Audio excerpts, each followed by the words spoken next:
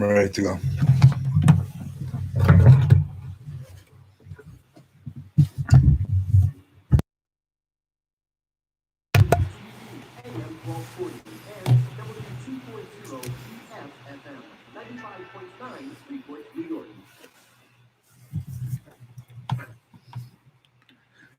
Hello, good evening, and welcome to the Real Estate Plate. As always, I'm your host, Nick Sikalis, coming to you live from the WGBB studios here in Merrick, New York. And it looks like the few weeks of being on time has come to end. We are officially late for the first time in a while. Got caught up in traffic. And that's part of how you know some things are going back to normal when you get those normal traffic patterns. But I'm not going to complain. It's still not what it normally is in New York. It's a regular Monday that's full of a lot of activity, a lot of insanity in the real estate world. My levels of frustration are at a new time high with all these different aspects of in real estate. Came here in a rush. I got some equipment up, but I forgot my headphones, and I'm not going to put on the headphones. Wore them before me, so I'm going to do this without headphones, and hopefully I could hear. And if I can't, I'll pretend I am hearing. So that being said, I quickly noted that I have hit a new high as far as frustration is concerned with a lot of different aspects in real estate. A lot of people have been hearing me talking about landlord rights over the past few weeks, and that has definitely been a hot topic for me. And I definitely going to keep being an advocate for landlord rights up until landlords actually do have their rights heard and get some sort of fair type of treatment. I'm not expecting total fairness because that just won't happen. Not in this world the way we are right now. But at least somewhat fair. Somewhat of a way to make the landlord community partially whole, because you're not going to make them whole with all the things that are happening between the eviction moratorium and many other things. But amongst the issues that we're dealing with, landlord tenant, that we're dealing with this eviction moratorium, there's been so many other things that have been happening in the real estate world.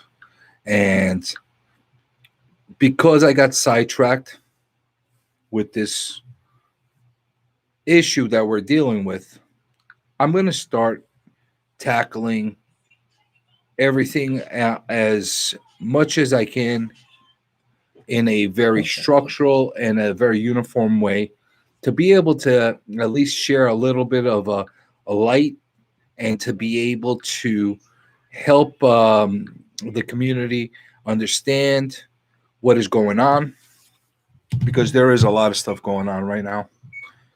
And I think everybody needs to address it. When I started the thumbnail for YouTube, Facebook world didn't see it. They saw me holding up my fancy graphics.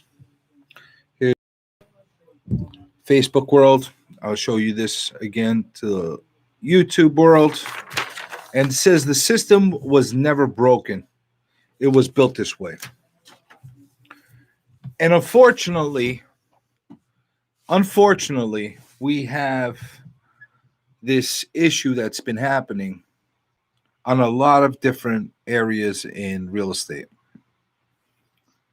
A lot of things started off with sentiment and noble type of thought as a foundation, and quickly turned into some type of,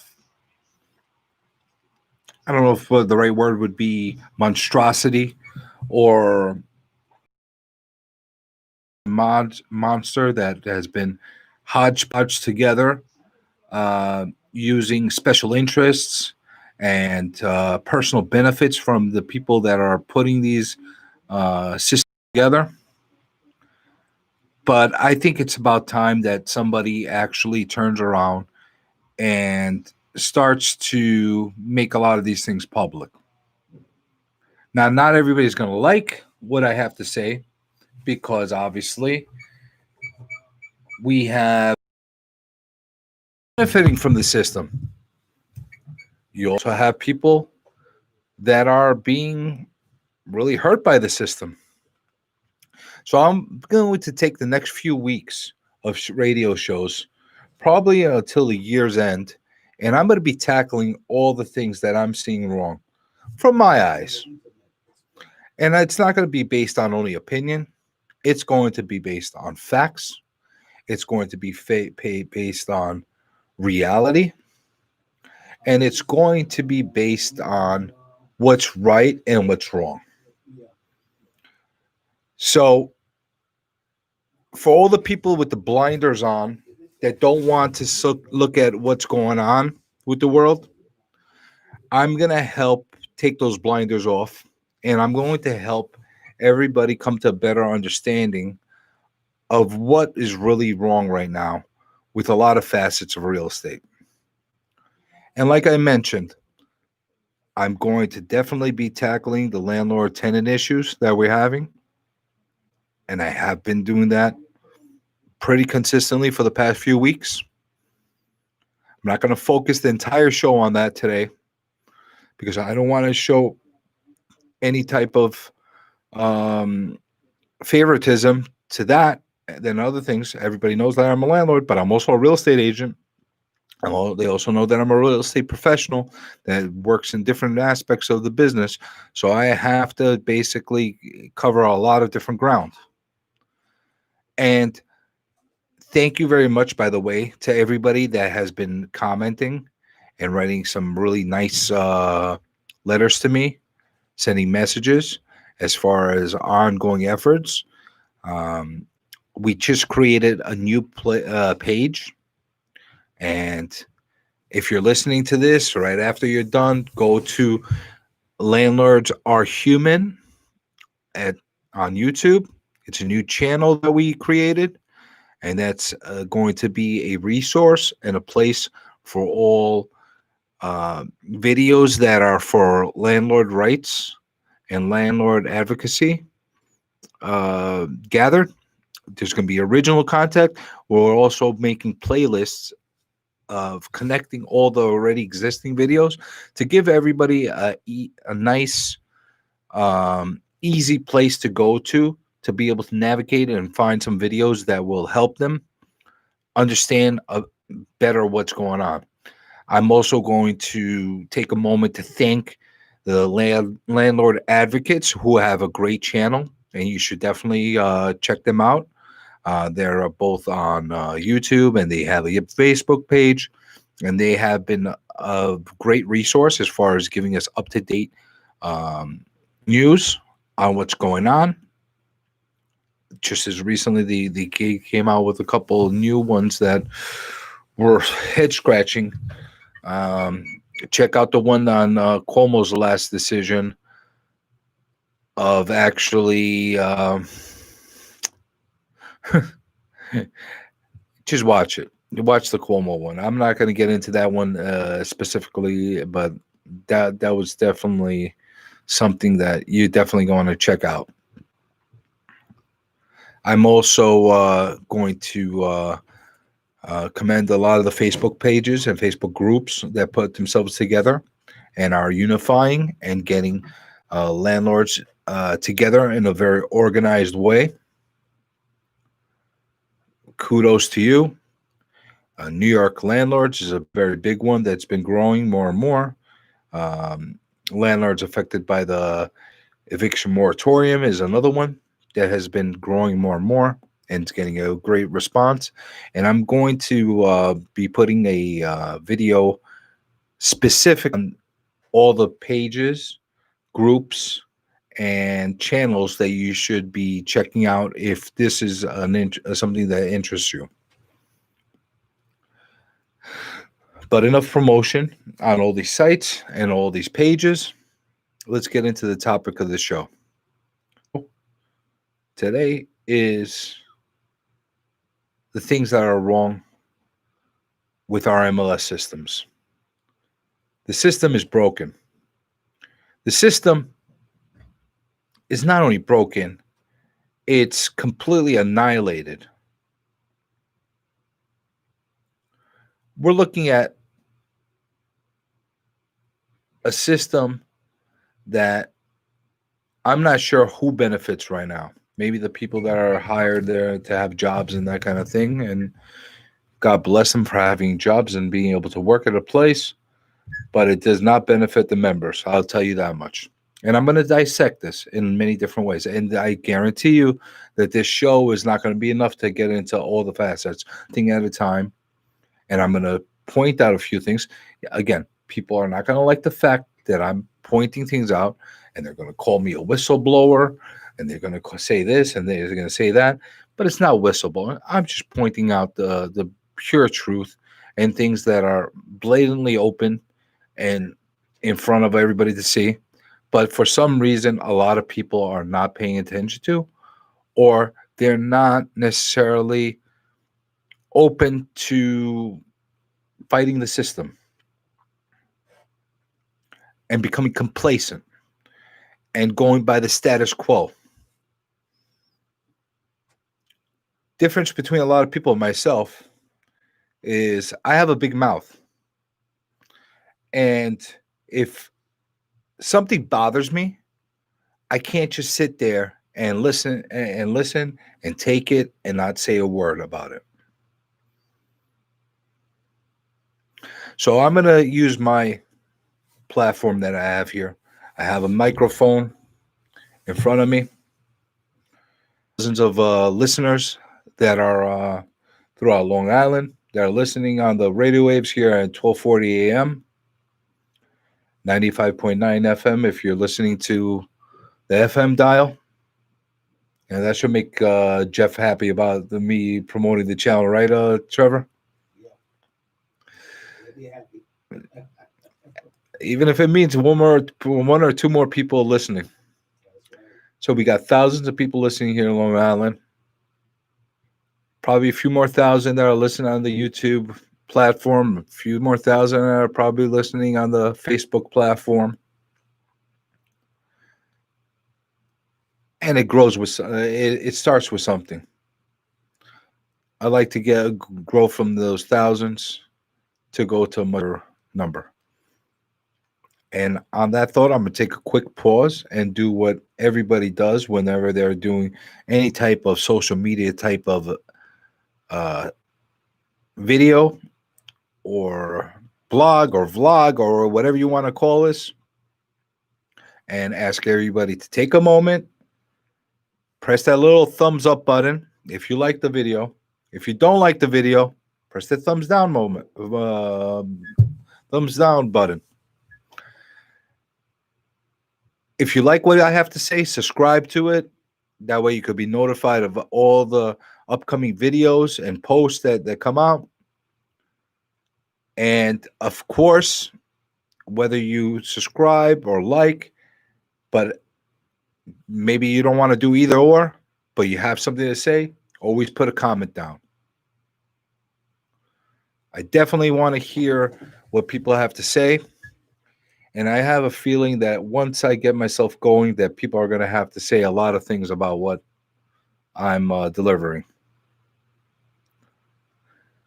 As you can tell, I'm being a little bit slower and a little more methodical about what I'm talking about right now. I'm being a little bit more cautious about how I word things. And the only reason why is because I have a lot of choice words, because my levels of frustration that I'm going to try to avoid and not get us problems with the FCC for using any type of profanity or assumed profanity, perceived profanity. when I'm describing the things that I'm going to be talking about. So let's tackle something that I've been alluding to for a few weeks now, but I haven't really gave a focus on it. And that's the whole Zillow issue. Now, everybody's familiar with Zillow. It's a great looking platform that's put out there for your average buyers, sellers to go and navigate through, get some information on houses, see what's up on the market, get some records, some public records, some basic analytics and info that maybe will help them come to a better conclusion on what type of home they want to buy or the actual home they want to buy, or possibly give them a better understanding of a certain neighborhood, etc., etc. And everybody knows my personal opinion about Zillow. I'm not necessarily a big fan of them. I'm not necessarily a huge supporter of how their platform works, and it's not the way it looks, because it looks excellent. It's a great user-friendly tool for the consumer, not for the brokers or the agents, but for the consumer. It's a nice user-friendly tool. Looks sharp, it pops, good with the updates and everything like that, and it's widely considered one of the top sources for real estate searches. That part of it I have no issue with. The issues I have with the Zillow are the accuracy, and we've talked about this in the past as far as his estimates are concerned, because they are clearly inconsistent. There's a tremendous amount of inaccuracies with these estimates. And if for anybody that's listening for the first time now or don't have any idea what his estimate is, it's basically Zillow's form of a estimate on what they think the value of a certain house or property is. But the problem is, when they're using their Zestimate model, it's based off an algorithm, and it's based off just statistics and analytics. It's not based off of what you would consider of the property or the neighborhood or the actual structure itself, because they obviously are not sending people out there to go in and evaluate the places and look at what's going on. They're not seeing if there's a toxic dump that's right behind the house. They're not seeing if there's a crack house that's right next to the house that would possibly, I don't know, is are crack houses considered places that are being protected? Because I don't know, we have a lot of protected classes here. I just want to make sure crack addicts are not one of them, because I'd be violating a protection code. If they are, I'm going to get a fine. You know, crackheads, cokeheads, drug addicts, meth addicts, all of them. You know, I put them all in the same category. So if you got a crack house that's right next to your place and I'm in violation of class protection because of that, send me a violation. I'll deal with it. So that being said, that's an issue that we're having with this estimate model. I'm not going to get too detailed in it, and because I have done other shows where we've really broke it down and really understood it, and I might do another one down the line with their next update, just to make sure that everybody's updated on what the changes are. But in addition to this Zestimate issue that we're having, we also have a problem where Zillow is representing certain agents and brokers in a way where it's truly in a deceitful type of way towards the public. And I'm going to explain to everybody why this is. Every time you're looking at a listing through Zillow, you see on the side scroll of the listing and the summary of the property a list of agents.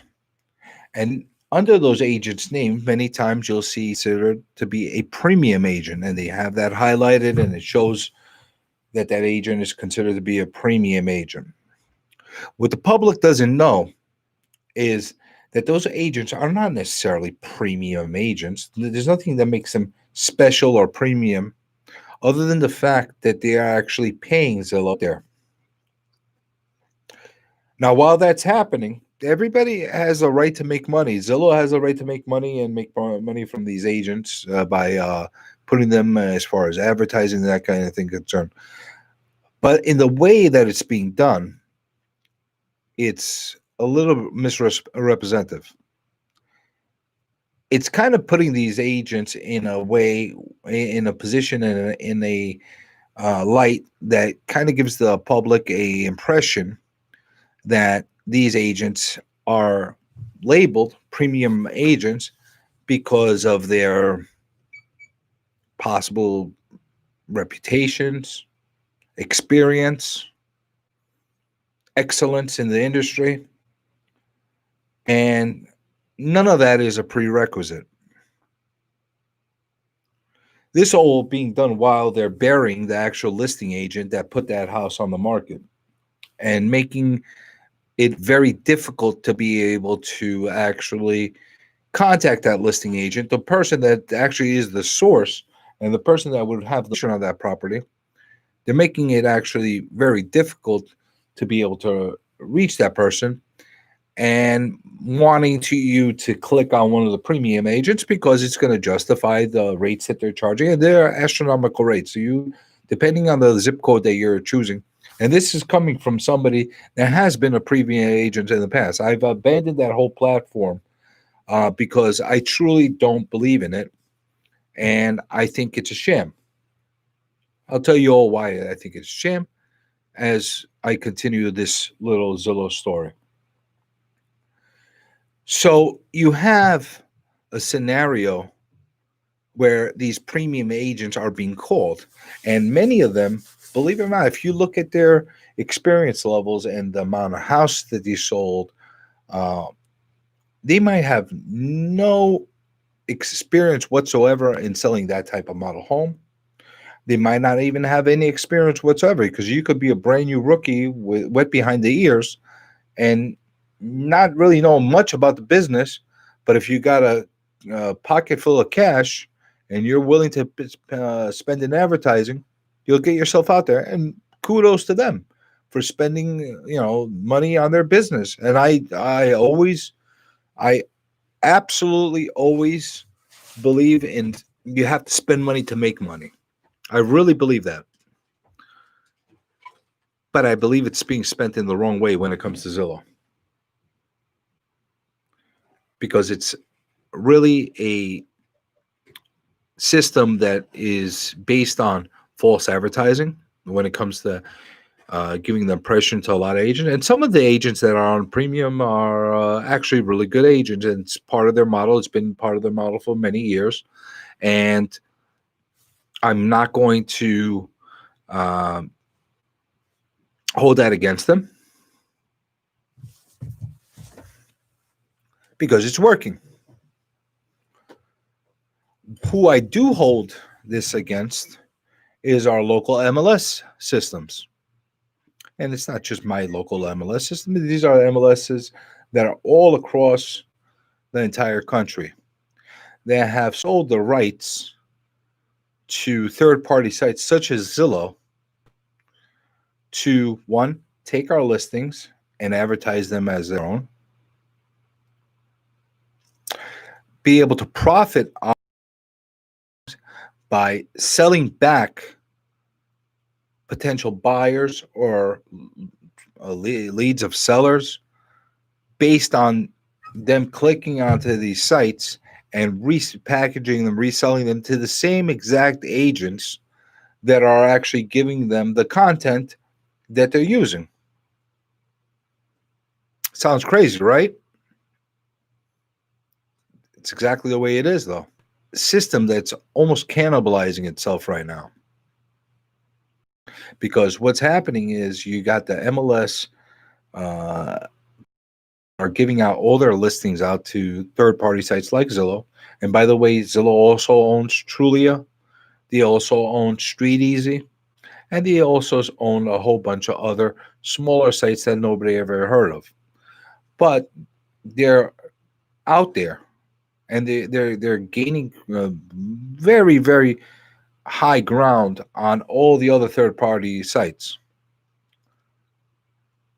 And one of the things that are what is extremely troublesome right now is that they decided to jump into the market as a competitor to these same agents that have been feeding and funding their model for all these years.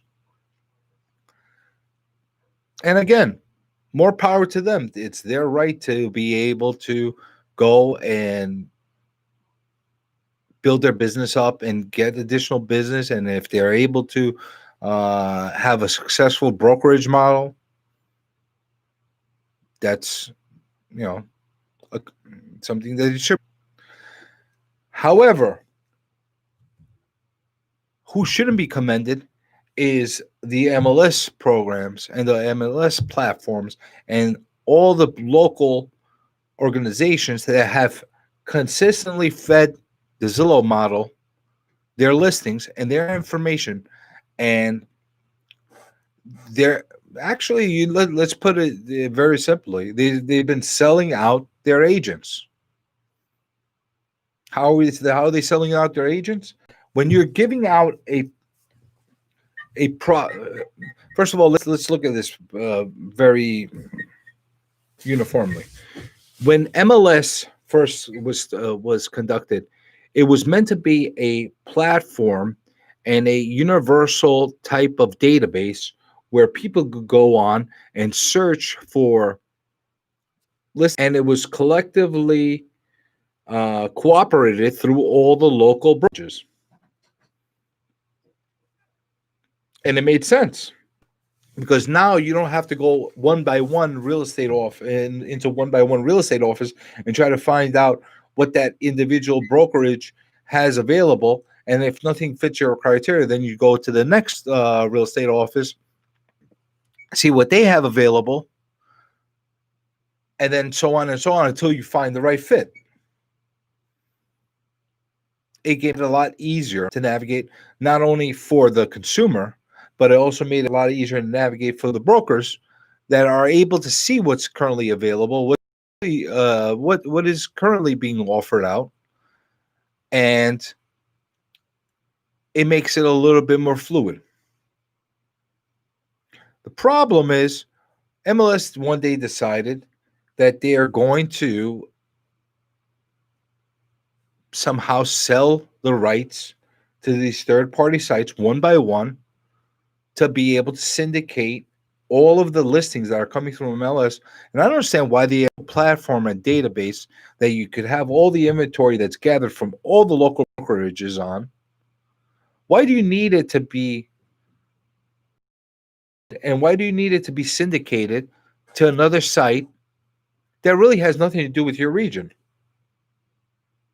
We're in the world of a very digital type of marketing platform. If people are looking for homes in Long,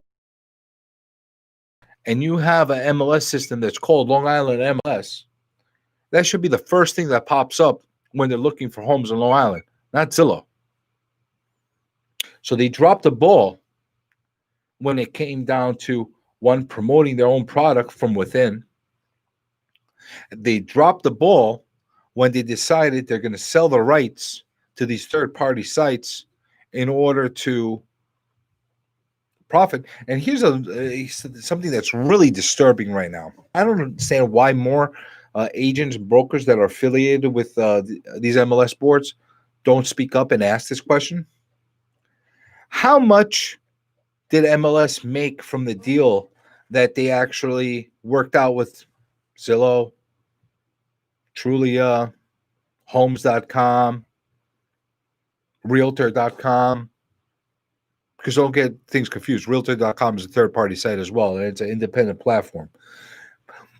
But let's, how much did they make from these products, and how long did they agree to these terms with them?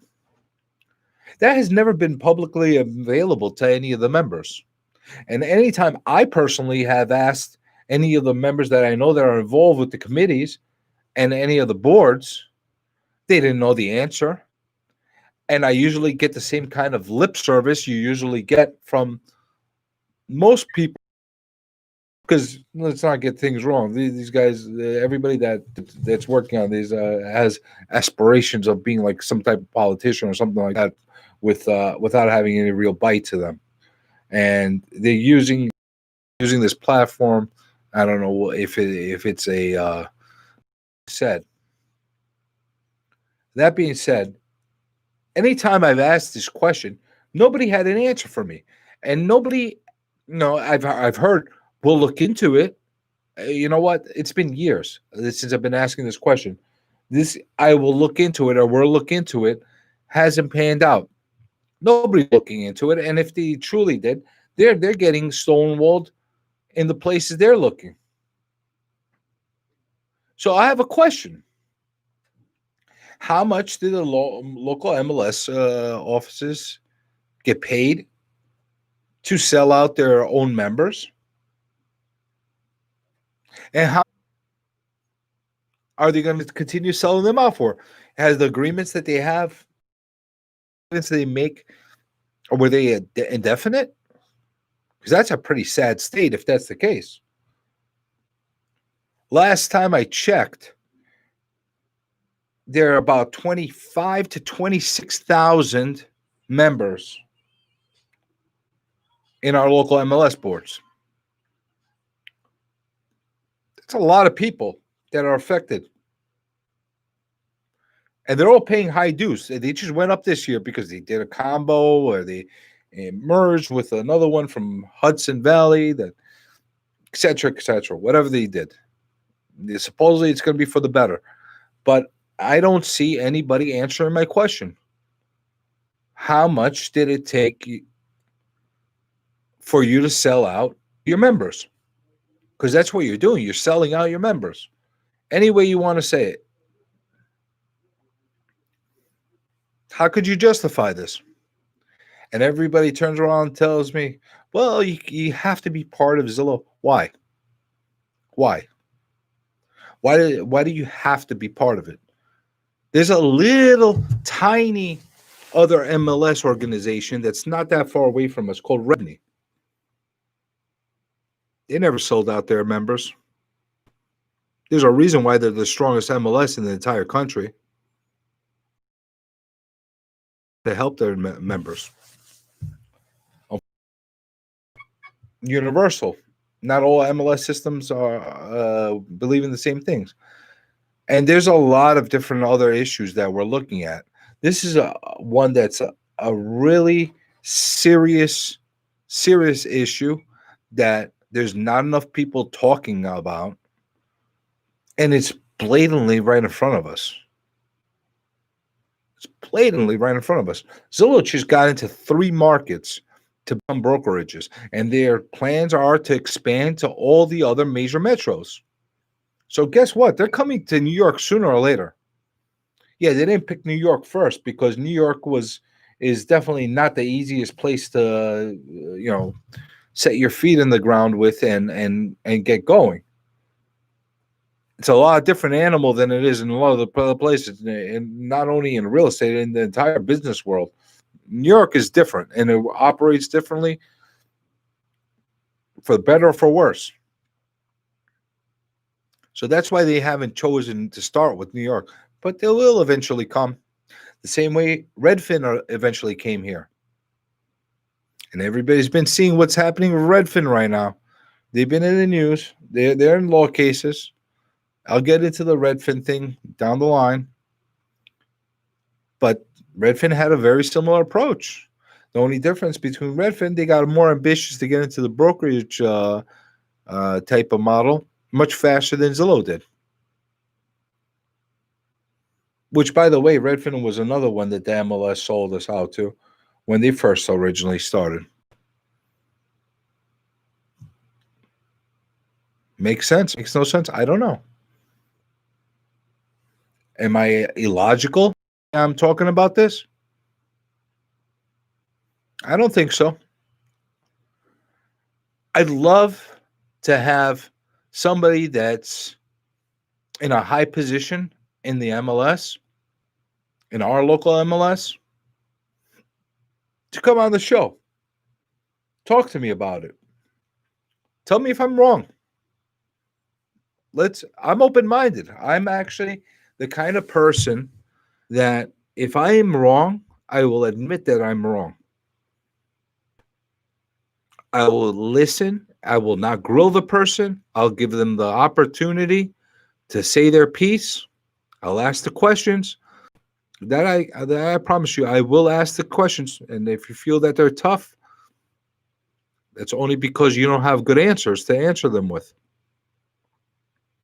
But I will be open-minded, and I will give that person the opportunity and the right platform to be able to tell me how they're not selling out our members. The other thing that is completely overlooked is that the local board has created some type of aura, imagine a world where homes or properties can't get sold without using MLS. And that is completely inaccurate. The only reason MLS is even a tool in its current state, because I'll tell you something, MLS has lost a lot of ground as far as searchability, as far as being the go-to model and the go-to tool that consumers use when they're doing their searches. It might be a platform that the local brokers are using as a cooperative type of database, but it's definitely not the model that the consumer is using. Not even close. Not even close. You got to go down all the third-party sites before you even get to MLS as far as being a viable contender.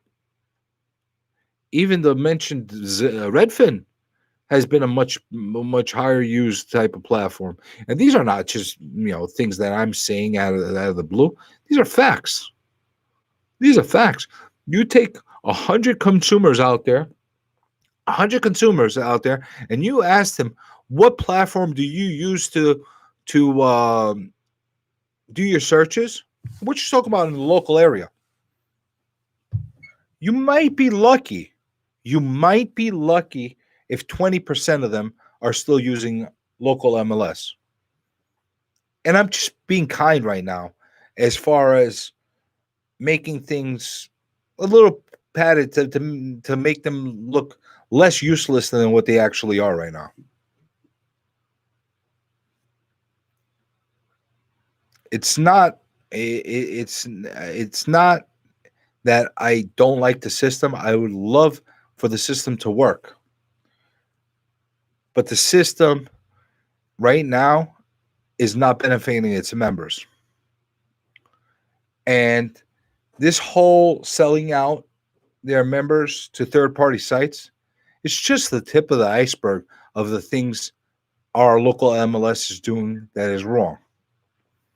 And I promise you, I will expose one thing at a time. And I will call people out.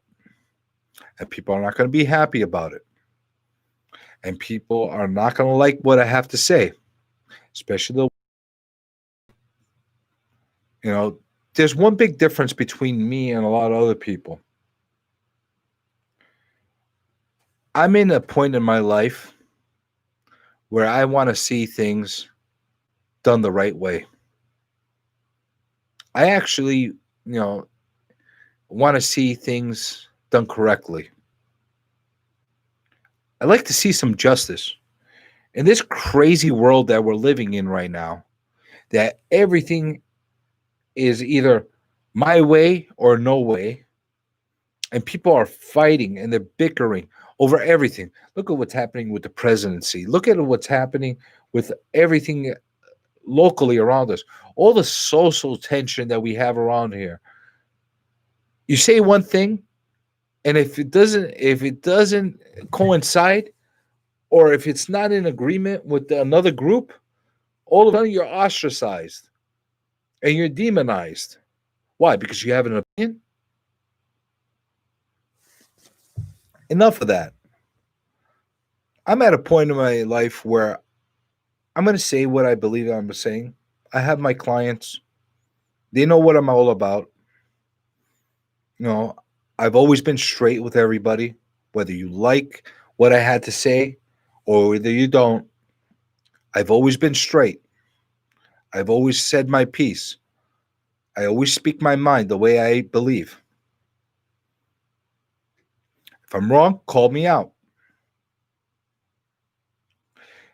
I'm also going to put this out there to everybody. If you want, you could put this in the commentary, whether you're listening on YouTube, whether you're listening on Facebook. And if you do have an issue where your local MLS, this doesn't have to be to our own Long Island MLS, Long Island Queens MLS.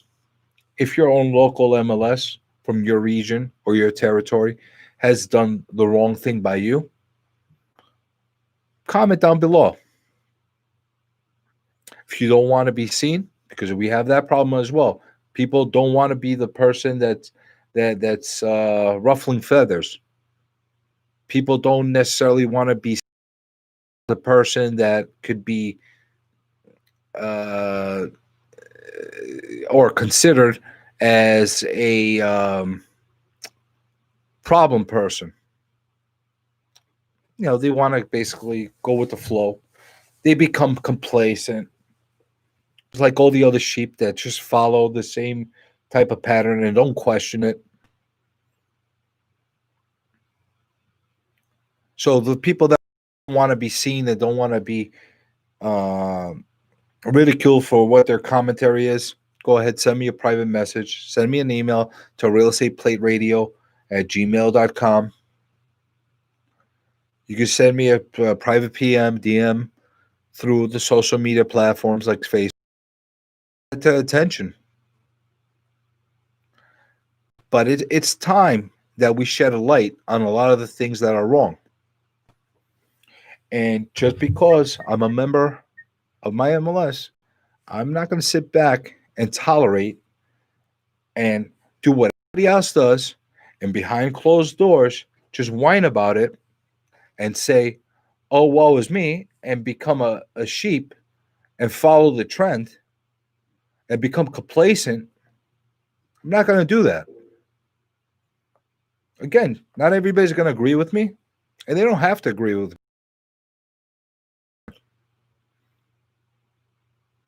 We have the right to agree to disagree. But I'll tell you something. I got facts of a lot of things that are wrong. And the first thing that we're tackling, and I'm putting this out there one more time, I mentioned it before. Anybody who wants to come on that is affiliated with our local MLS board and explain to me why you sold out to all your members, to all these third-party sites, and you want to explain to me exactly the terms of your agreement with these third-party sites, which for some reason they're like hidden away in Fort Knox. You know, these things are like the secret documents. Illuminati things going on over here. Why can't you be transparent with your members? You got all these people, all these thousands of members that are paying you membership dues. They deserve the right to hear how you sold them out. So again, would you like to be here to defend yourselves? The platform's open. You have the opportunity to do so. If you choose not to take this opportunity, then it's all going to come from my point of view. And I'm going to take everything as I see it and as I read it, and I'm going to convey it back to the public. And this MLS thing is a much bigger thing. Like I said, the Zillow and the third party selling out is just the tip of the iceberg. There's so many other things that are involved in here. There's cover-ups, how there are things that are blatantly not in compliance with New York state law or local law as far as how things should be conducted in agency, in real estate, but it's all hidden behind a veil of a MLS and a kangaroo arbitration type of situation. But I'll get into things. I'll get into their kangaroo courts. I'll get into the whole let's cover things up and not get exposed to the public. I'll get into all that in future shows. Like I said, there's not going to be any way whatsoever for me to be able to cover all these topics in one show. And that's why over the next few weeks, I'm going to break them all down, one topic at a time. And I'm going to get into high detail over them. And again, one last time, this is the third time I'm going to put this out there. Anybody that has any type of position that like to defend themselves before I really get started with MLS and would like to be interviewed on the show, if it doesn't work for you, we're 6 to 7 right now. If it doesn't work for you, 6 to 7 on Mondays to talk live on the radio, no problem. I'll do a Zoom interview with you at a different time, and I'll give you the opportunity to say your piece, and I'll relay that, and I'll replay it for the public. Last opportunity I'm putting out there. That being said, we're at the end of the show. I don't want to leave on a really angry tone right now because it is Thanksgiving week. I'll tell you something that I'm really thankful for. I'm thankful that I have a wonderful wife. I have 3 amazing children. I'm thankful that I have my health. All my loved ones have their health. That we don't have coronavirus. That I have Trevor here on the boards. That I know that is as reliable as anybody else. And over the years, I like to call him my friend. And I'm thankful that we can start to look at things a little more rational way. Because I'll tell you something, things have been really irrational for the past few weeks, past few months, past year. This has been a really crazy 2020. And I'm thankful that this year is almost over. God bless everyone. Have a great week. Have amazing Thanksgiving. I'm thankful. How could I not even say this? I am so thankful for everybody that's listening right now. I'm very thankful for you all. And I will be here again next week with you. Hopefully, I'll be recovering from all the turkey I ate next Monday, just like every single Monday on the Real Estate Plate from 6 to 7. And have a fantastic week. Have a happy Thanksgiving, everyone. Have a good night.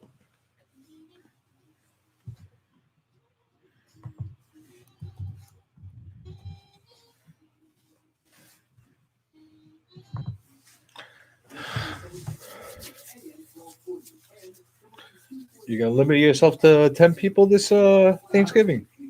You're going to limit yourself to 10 people this Thanksgiving? I ain't going nowhere, man. I'm staying home. You're going to lock yourself in a room by yourself? Yep. At this time. Just my daughters and my wife, and there's about 5 of us. You know, that's about it.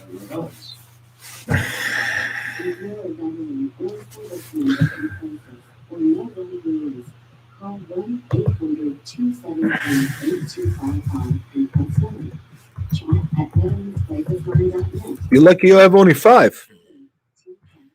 Well, I mean, the boy, some of them other families gonna stay at their own house.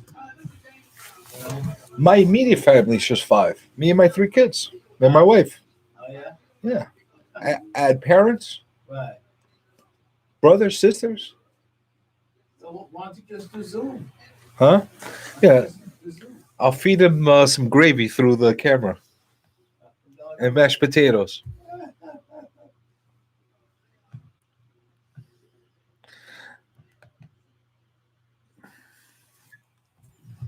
Looks like I left the cameras on here. All right, everybody that's still watching, thanks for watching.